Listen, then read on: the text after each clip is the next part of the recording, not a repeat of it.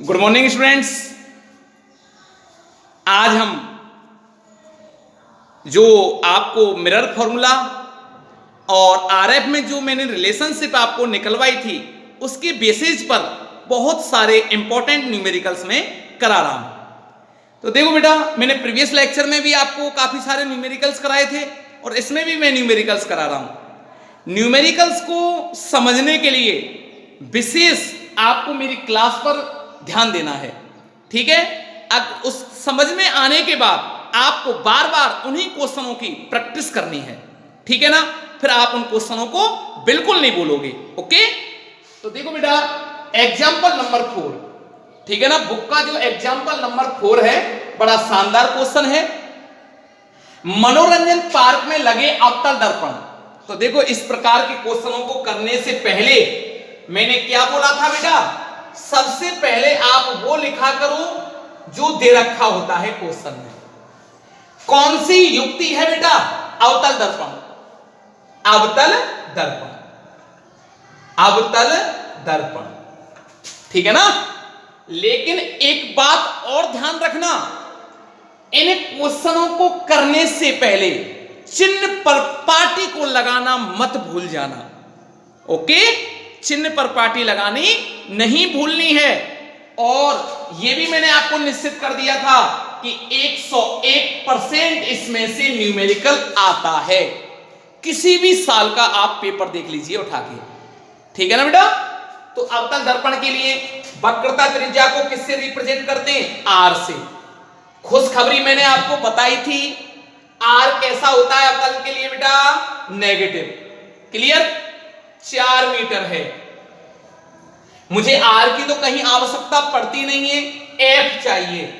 तो F equal to r/2 minus 4/2 बराबर -2 metre. Clear? अब जरा देखें, एक बालिका, ठीक है ना, लड़की दर्पण के सामने खड़ी है, ओके। वह अपनी वास्तविक लंबाई की 2.5 गुनी प्रतीत होती है। ध्यान रखना, गुना शब्द जहां आ जाए उस पर 2 बार गोला कर दो, 2 बार गोला कर दो, 2 बार गोला कर दो, ओके। गुना जहां शब्द आए वहां आप बिना सोचे समझे एम से रिप्रेजेंट कर दोगे। अच्छा, एक बात और देखनी है, गुना शब्द के साथ साथ एक शब्द और जुड़ा होगा, या तो सीधा होगा या उल्टा होगा। सीधा होता है तो किसका साइन आता है? पॉजिटिव। और उल्टा होता है तो नेगेटिव। तो जरा जरूर होगा। देखो, प्रतिबिंब सीधा है और प्रतिबिंब सीधा है तो किसका साइन आएगा? प्लस। कितना गुना प्रतीत होता है? 2.5। क्लियर? कोई डाउट नहीं है। अब तो दर्पण से कितनी दूरी पर खड़ी होगी? तो किसकी वैल्यू पूछ रहा है बेटा? यू की। यू की वैल्यू पूछ रहा है। तो जरा देखो, आपको मैंने एक ब्रह्मास्त्र बताया था कि देखो एम, यू और एफ में संबंध, ओके। तो क्या है बेटा आवर्धन क्षमता का? एम बराबर F upon F minus you. Clear? बहुत ब्रह्मास्त्र है, बहुत अच्छा कॉन्सेप्ट है। आपको सारा सूत्र जमाने की जरूरत ही नहीं है, पलक झपकते आंसर आएगा आपका। तो देखो जरा, एम की वैल्यू रखो। एम क्या है? 2.5 इक्वल टू एफ की वैल्यू -2, एफ की वैल्यू -2 माइनस यू। अच्छा, जिसको ज्ञात करना होता है ना, जिसको क्या करना होता है? ज्ञात करना होता है, होता है, ओके। उसमें कभी भी कभी भी कभी भी चिन्ह पर पाटी नहीं लगाते, कभी भी चिन्ह पर पाटी नहीं लगाते। ध्यान रखना, चिन्ह पर पाटी नहीं लगानी है, क्योंकि इसमें तो चिन्ह पर पाटी ऑटोमेटिक निकल करके आ जाएगी, ठीक है ना। जिसको ज्ञात करना होता है, तो यहां मुझे किसे ज्ञात करना है? यू। तो यू में मैंने चिन्ह पर पाटी अलग से कुछ भी नहीं लगाई, राइट। तो देखो बेटा इसका क्रॉस मल्टीप्लाई एक मान ले, क्रॉस मल्टीप्लाई कर लीजिएगा -2, इसका इससे -5 -2.5, ठीक है ना, ये -5 है, इधर आया -2 + 3 सॉरी +5 बराबर -2.5 u, ये 3 बराबर -2.5 u, तो u बराबर 3/2.5, और किसका साइन आएगा बेटा, माइनस का। इसको जरा सॉल्व करें तो -1.2, क्यों ये दशमलव कटेगा ऊपर 0, 30/25, तो 1.2 किस में आएगा, मीटर में, क्योंकि आंसर मीटर में दे रखा है। ठीक है, कोई डाउट नहीं है। तो u बराबर कितना आ गया बेटा, -1.2 मीटर दूरी पर होगा। वह दर्पण से कितनी दूरी पर खड़ी होगी, 1.2 मीटर दूरी पर खड़ी होगी। ठीक है ना, कोई डाउट नहीं है। और ये तो आना ही था वैसे भी। देखो आपको मैं ऐसे बताऊं, ये अवतल दर्पण है, ये फोकस, ये C, ये अनंत और ये अनंत। जरा देखें, प्रतिबिंब सीधा है तो इस क्षेत्र में होगा ना, 1 2 3 4, 1 2 4, 1 का बना 2 में, 2 का बना 1 में, 3 का बना 4 में, 4 का बना 3 में। तीसरे क्षेत्र में होगी वस्तु 100%। ठीक है ना, क्यों, फोकस दूरी कितने पर है, 2 मीटर पर, 2 मीटर तो आगे फोकस दूरी यही है। अब 2 मीटर फोकस दूरी है तो वस्तु कहां रखी है, -1 कोण, तो यहां होगी, और इसका प्रतिबिंब किसमें बनता है, चौथे क्षेत्र में। तीसरे में रखिए, चौथे में बनेगा। कैसा बनेगा, बड़ा बनेगा, राइट, कोई डाउट नहीं है। नोट करें इसको, जरा जल्दी नोट करें फटाफट बेटा। देखो ये भी एग्जाम्पल नंबर 6 है, बड़ा शानदार है, जरा देखें इसको।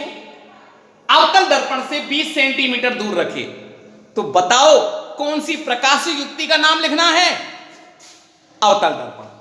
तो गिवन दैट, ठीक है ना बेटा, इसका जो सॉल्यूशन है, कौन सी युक्ति है बेटा, अवतल दर्पण। ठीक है ना बेटा, कॉनकेव मिरर, 20 सेंटीमीटर दूर रखे, एक पिन का प्रतिबिंब, एक पिन है, और पिन यहां कौन है, ऑब्जेक्ट, वस्तु, उसका प्रतिबिंब दर्पण से कितनी दूरी पर बनता है, 40 सेंटीमीटर की दूरी पर बनता है। तो दर्पण की फोकस दूरी ज्ञात करो। अवतल दर्पण के लिए जरा देखें बेटा, ये P, ये F, ये C और ये, तो देखो बेटा, अब ये दे रखा है, ये अनंत है और ये भी अनंत है।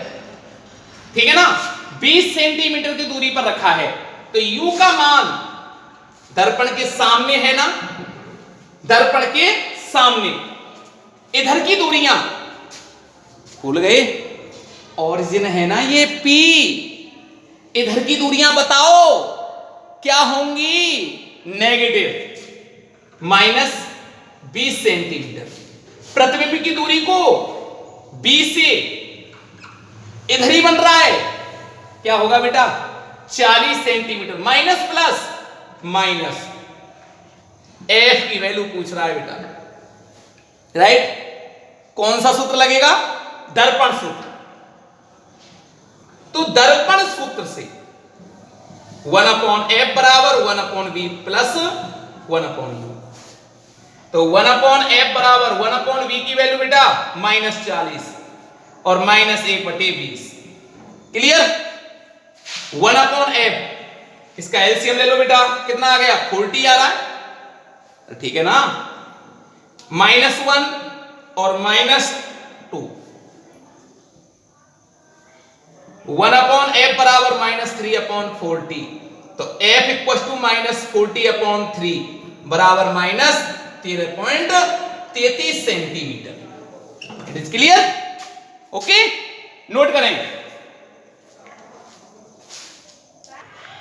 हाँ देखिए बेटा, ये अनसॉल्व्ड क्वेश्चन है बुक का, न्यूमेरिकल नंबर 1। अवतल दर्पण के ऊपर ही इस क्वेश्चन को दे रखा है, जरा देखें। तो सबसे पहले बेटा क्या लिखेंगे, दिया है, राइट, बोलो ना। कौन सी प्रकाशिक युक्ति दे रखी है, अवतल दर्पण लिख देंगे। अवतल दर्पण के लिए, ठीक है ना, अरे बोलो, राइट। अच्छा, एक 24 सेंटीमीटर दूरी वाले अवतल दर्पण के सामने 36 सेंटीमीटर की दूरी पर रखे एक बिंब के प्रतिबिंब की दूरी ज्ञात करें। 24 सेंटीमीटर फोकस दूरी वाले, ये बेटा फोकस दूरी है, यहां इसकी फोकस दूरी कितनी है बेटा, 24 सेंटीमीटर। खुशखबरी याद रखो, किससे रिप्रेजेंट करते हैं, माइनस के प्लस, अरे बोलो क्या आएगा, माइनस 24 सेंटीमीटर, ठीक है। अवतल के लिए उसके सामने एक बिंब रखा है, बिंब फॉर ऑब्जेक्ट मतलब वस्तु, u बराबर -36 सेंटीमीटर। तो प्रतिबिंब की v से, स्मॉल v से, जरा आप इसको डायग्राम से भी समझ लीजिएगा बेटा। ये एक डायग्राम है, अवतल दर्पण दर्शा रखा है, ये P, ये F, ये C, ये अनंत और इधर अनंत, ओके। जरा देखें, इसका जो फोकस दूरी दे रखी है वो कितने पर दे रखी है बेटा, यहां से देखें -24। ऑरिजिन क्या है इस दर्पण का, P, ऑरिजिन से इधर नेगेटिव होता है, देखो ये नेगेटिव, इधर पॉजिटिव, तो पता है ना, बता दिया था, ओके। बार बार यही बात चल रही है, ध्यान से समझना बेटा। ऑरिजिन से ऊपर प्लस और नीचे माइनस, ठीक है ना। अब u 36 सेंटीमीटर की दूरी पर है। अच्छा जरा देखो, f 24 है तो r क्या होगी इसकी, -48 सेंटीमीटर होगी। अरे दोगुना ही तो होगा, जो C बिंदु होगा वो 48 सेंटीमीटर पर होगा, लेकिन जो वस्तु रखी है वो यहां रखी है, F और C के मध्य। कैसे पता चला, 36 है ना, 36 जो आ रहा है तो 24 और 48 के मध्य का बिंदु होगा, अरे होगा ना। अब देखो, सॉन्ग याद है, एक का बना दो में, दो का बना एक में, तीन का बना चार में, चार का बना तीन में, अरे ओके, कोई डाउट नहीं। तो ये कौन सा क्षेत्र है, 1 2 3 4, दो का बना एक में, इसमें बनेगा C और अनंत के मध्य, मींस 48 से दूरी ज्यादा आएगी, ठीक है ना। तो C बिंदु ही है 48 पर। मैंने डायग्राम से ही क्लियर कर दिया भाई साहब। और बड़ा बनेगा, दर्पण के सामने है तो वास्तविक बनेगा और उल्टा बनेगा। जरा निकालें दर्पण सूत्र। दर्पण सूत्र 1/f बराबर 1/b माइनस 1/u, प्लस होता है सर, 1/f बराबर 1/b प्लस 1/u, तो 1/b बराबर 1/f माइनस 1/u, इधर आ गया ना। तो बेटा देखो, मार्कर चेंज कर लेते हैं, 1/b, 1/f की वैल्यू बोले जरा, -24, राइट, माइनस u की वैल्यू बोलो बेटा, u प्लस 1/36, एलसीएम आ गया बेटा, कितना बताओ जरा बोले, 72, 72, 24 दिया 72, -3 +2, 36 दूना 72, ओके। 1/b बेटा, 1/b इक्वल टू -1/72, तो b इक्वल टू -72 सेंटीमीटर। और ये तो आना ही था, बोलो क्यों? मैंने पहले ही बता दिया कि 48 से ज्यादा आएगा, 48 से ज्यादा आया है। माइनस क्यों आया? दर्पण से सामने बनेगा, ओके, वास्तविक होगा। माइनस, इधर की दुनिया माइनस ही तो होती है, इसलिए माइनस आया। तो 72 कहीं कहां बनेगा प्रतिबिंब? यहां बनेगा, कहीं यहां पर बन रहा होगा, ये इससे बड़ा है, ओके। तो हम लिख सकते हैं इसका वास्तविक, वास्तविक हमेशा उल्टा, दर्पण के सामने, दर्पण के सामने, दर्पण से 72 सेंटीमीटर की दूरी पर बनेगा। राइट बेटा, ये समझ में आ जाना चाहिए, ठीक है ना? क्लियर हो गए? अरे न्यूमेरिकल जो समझ में आ गए तो कॉन्सेप्ट अब बताओ। आप दर्पण के बारे में, मैंने जैसे ही दर्पण का नाम लिया अब आप बोलने लग जाओगे ऑटोमेटिकली दर्पण है क्या, अवतल दर्पण क्या है, उत्तल दर्पण क्या है, ठीक है, परावर्तन क्या होता है, ये सब कुछ आप बता दोगे। ये किसका प्रभाव है? न्यूमेरिकल्सों का, ओके। एक क्वेश्चन और है, शॉर्ट आंसर टाइप का पहला क्वेश्चन जो बोर्ड एग्जाम में पूछा गया था, जरा देखें बेटा, बहुत शानदार क्वेश्चन है। क्या है वो? शॉर्ट आंसर टाइप न्यूमेरिकल है, पहला बुक का है, ओके। एक ये दर्पण दे रखा है, कौन सा दर्पण है बेटा? अवतल दर्पण। ये ध्रुव है, ये एफ, ये सी, इधर अनंत और इधर अनंत। पहला पूछ रहा है वो, पहला क्वेश्चन है, एक वस्तु यहां रखी है, ए भी वस्तु रख रखी है, तो पहला क्वेश्चन है किरण चित्र बनाओ। क्या बनाना है? किरण चित्र, ओके। तो देखो बेटा किरण चित्र कैसे बनेगा, किसके सामने रखी है? अवतल दर्पण के सामने रखी है, आसानी से बना सकते हो। किरण चित्र बनाने के लिए, प्रतिबिंब बनाने के लिए कितनी किरणों की आवश्यकता होती है? कम से कम 2, कम से कम 2 किरणों का होना बहुत ही जरूरी है। तो देखो बेटा किरण चित्र बनाने जा रहे हैं, एक तो ये गई समांतर, फोकस से होकर गुजरेगी। अच्छा जरा हम यूं भी बता सकते हैं कौन से क्षेत्र में रखी है? ये पहला, दूसरा, तीसरा और चौथा। पहले में रखी है तो दूसरे में बनना है भैया, और छोटा बनना है। दूसरी देखो फोकस से होकर जा रही है, तो ये मुख्य अक्ष के कैसे हो जाएगी? समांतर। तो इसका प्रतिबिंब ये बनेगा ए डैश और बी डैश, ठीक है ना? आनंद आ गई है? अच्छा छोटा बनेगा, ओके, वास्तविक बनेगा, और एफ और सी के मध्य बनेगा, ठीक है ना? किरण चित्र बन गया, राइट। दूसरा क्वेश्चन क्या पूछा गया था? दूसरा क्वेश्चन, ये जो मिरर है, जो दर्पण है, ये ध्रुव है, ये क्या है? एफ है, और ये सी है, इधर अनंत, इधर अनंत। अब वो क्या कह रहा है? जो मिरर है ना, ये दर्पण, इसका आधे भाग पर मैंने ब्लैक पॉलिश कर दी।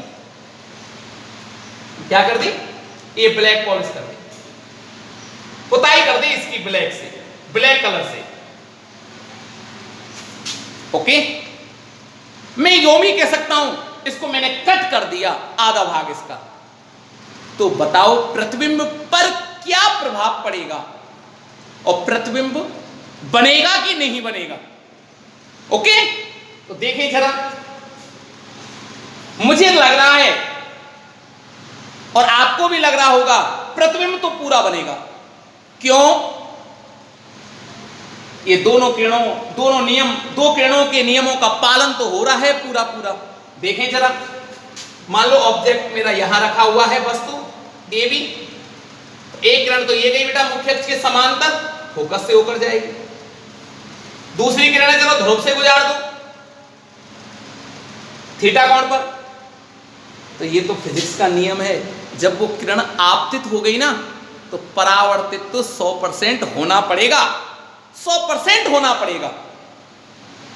कितने कोण पर आपतित हुई है? थीटा पर। तो समान कोण बनाते हुए बेटा अब उसको नीचे का पार्ट चाहिए ही नहीं, तो वो समान कोण बनाते हुए क्या हो जाएगी? परावर्तित हो जाएगी। और वही क्या बन गया बेटा? ए डैश बी डैश, ए डैश बी डैश। क्लियर? कोई डाउट वाली बात नहीं है क्या? बताओ। प्रतिबिंब तो पूरा बनेगा, लेकिन और लेकिन उसकी तीव्रता कम हो जाएगी, उसकी तीव्रता कम हो जाएगी। तो बेटा आंसर देखें, प्रतिबिंब पूरा बनेगा। क्यों? किरणें आ गई, दो किरणों से, दो किरणों का निर्माण से प्रतिबिंब बनता है, तो दो किरण तो मेरी आ गई, अरे आ गई ना, तो प्रतिबिंब तो सब पूरा बनेगा, लेकिन तीव्रता कम हो जाएगी। ये क्वेश्चन 2018 में 1 नंबर का पूछ लिया गया था माध्यमिक शिक्षा बोर्ड में। ओके, तीव्रता कम कैसे हो जाएगी? बेटा मैंने आपको फॉर्मूला लिखाया था, याद हो तो, द्वारक का होल स्क्वायर समानुपाती क्षेत्रफल समानुपाती तीव्रता।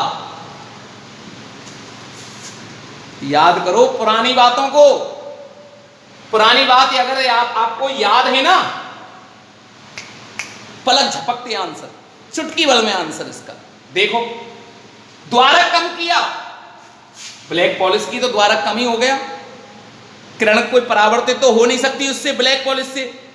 मैं कट भी कर दूं, एक क्वेश्चन और बनता है, इसको मैंने आधा काट दिया, ध्रुव से नीचे का भाग काट दिया, तो द्वारक तो कम हो गया ना, और द्वारक कम होने पर तीव्रता तो कम, क्योंकि समानुपाती का रिलेशन है दोनों में। जब द्वारक कम होगा तो तीव्रता भी मेरी कम हो जाएगी। क्लियर? कोई डाउट वाली बात नहीं है।